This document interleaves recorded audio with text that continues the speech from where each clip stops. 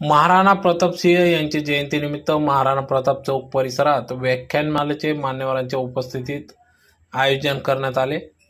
वीर शिरोमणी महाराणा प्रतापसिंह यांच्या स्मारक समिती आणि जयंती उत्सव समिती यांच्यासह समस्त राजपूत समाजाच्या वतीने आज बुधवारी वीर शिरोमणी महाराणा प्रतापसिंह यांचे शौर्यगाथा या विषयावर इतिहास अभ्यासक प्रेरणादायी वक्ते माननीय श्री नितीन बानुगडे पाटील यांचे व्याख्यानमालेचे आयोजन करण्यात आले होते। यावेळी उपस्थित मान्यवरांच्या हस्ते महाराणा प्रताप यांच्या पुतळ्यास पुष्पहार अर्पण करून अभिवादन करण्यात आले। तदनंतर या ठिकाणी या कार्यक्रमाची सुरुवात करण्यात आली। या ठिकाणी वीर शिरोमणी महाराणा प्रतापसिंह यांचे शौर्यगाथा या विषयावर इतिहास अभ्यासक प्रेरणादायी वक्ते नितीन बानुगडे पाटील यांचे व्याख्यान या ठिकाणी आयोजित करण्यात आले होते। या कार्यक्रमाच्या अध्यक्षस्थानी सरकार साहेब रावल हे होते, तर व्याख्यानाच्या निमित्ताने कार्यक्रमाला प्रमुख उपस्थिती म्हणून खासदार तथा राज्याचे माजी संरक्षण मंत्री डॉक्टर सुभाष भामरे, पाचोरा बडगाव विधानसभा मतदारसंघाचे आमदार किशोर पाटील, भाजप महानगराध्यक्ष अनुप अग्रवाल, नगरसेवक तथा माजी महापौर प्रदीप करपे, माजी महापौर नगरसेवक चंद्रकांत सोनार आदी मान्यवर पदाधिकारी या ठिकाणी उपस्थित होते।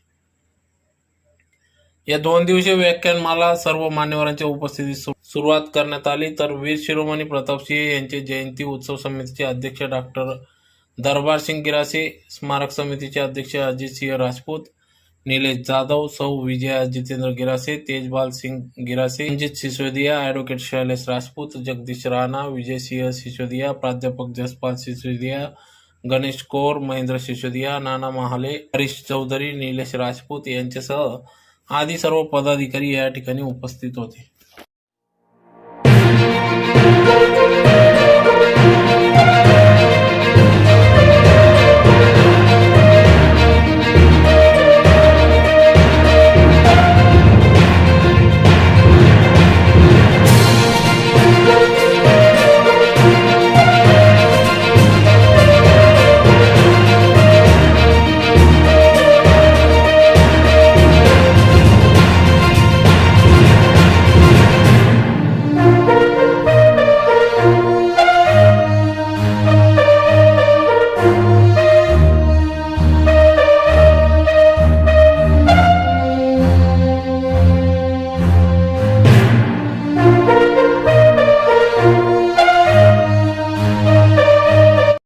कोणतीही शस्त्र मिळवता येतात, बाहेरून कोणत्याही शस्त्रानं वार करता येतात, पण मनगटात ताकद हवी जे शस्त्र धरेल, आणि मनगटात ताकद तेव्हा येते जेव्हा मन घडेल। महाराणा प्रताप सिंहजींचं मन एवढं विलक्षण मजबूत होतं। संकट कसलं येऊ दे, परिस्थिती कशी असू दे, त्या परिस्थितीला ठामपणे सामोरं जाण्याचा विलक्षण धीरोदात्तपणा महाराणा प्रताप सिंहच्या ठाई ठाई एकवटला होता। एक विलक्षण कर्तृत्व व्यक्तित्व सिद्ध होत होतं, चित्तोड मोगलांच्या ताब्यात होतं। या सगळ्या शिक्षणाबरोबर बघता बघता सगळ्या क्षेत्राप्रांतामध्ये महाराणा प्रताप सिंहजी तेच तर्रातर्फेच रयतेमध्ये मिसळू लागले, लोकांचे प्रश्न समस्या जाणून घेऊ लागले, लोकांच्या हिताचे फैसले घेऊ लागले, त्यांचे निर्णय लोककल्याणकारी ठरले, आणि या साऱ्याला लोकमान्य आणि लोकप्रिय म्हणून महाराणा प्रताप सिंहची लौकिक पावले। खरं तर महाराणा उदय सिंहजी राणी भतियानी यांना गादीवर आपला उत्तराधिकारी म्हणून राणा जगमल यांना बसवायचं होतं, आणि महाराणा उदयसिंगची मृत्यूपूर्वी ते केलं। पण मेवाडचे सगळे सरदार आणि सर्वसामान्य जनता यांना मात्र हा निर्णय पटला। हे राज्य पेलायची ताकद फक्त महाराणा प्रताप सिंहांच्या चुरात आहे। ते समर्थपण फक्त प्रताप सिंहांच्या चुरात आहे।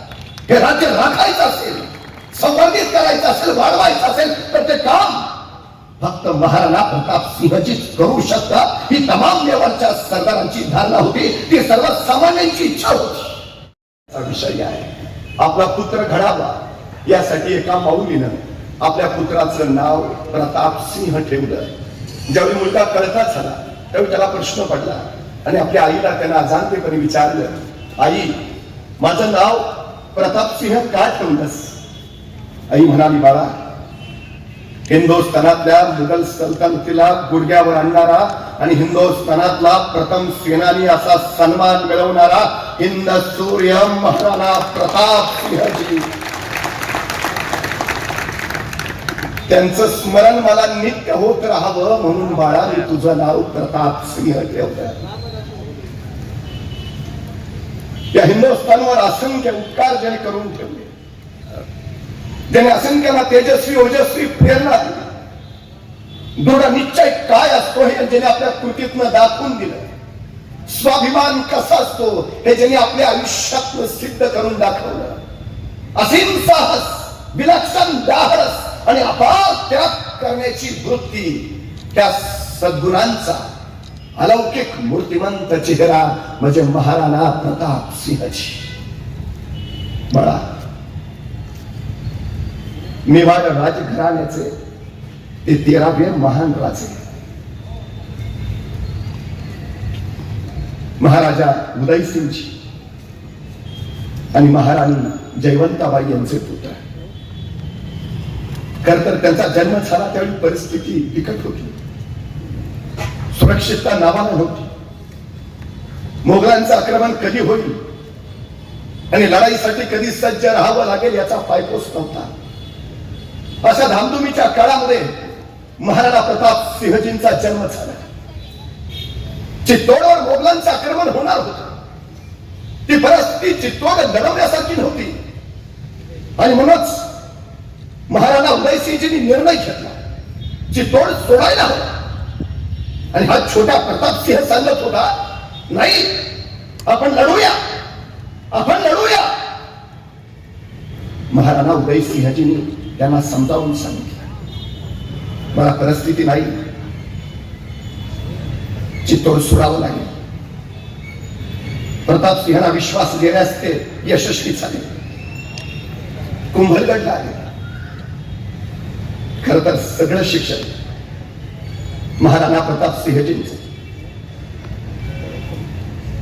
या साऱ्या सर्वसामान्य लोकांच्या, विखुरलेल्या समाजाच्या, भिल्ल समाजाच्या, ज्याच्याकडे जे जे कौशल्य, क्षमता, सामर्थ्य, गुण आहेत त्यांच्या उशीत झालं.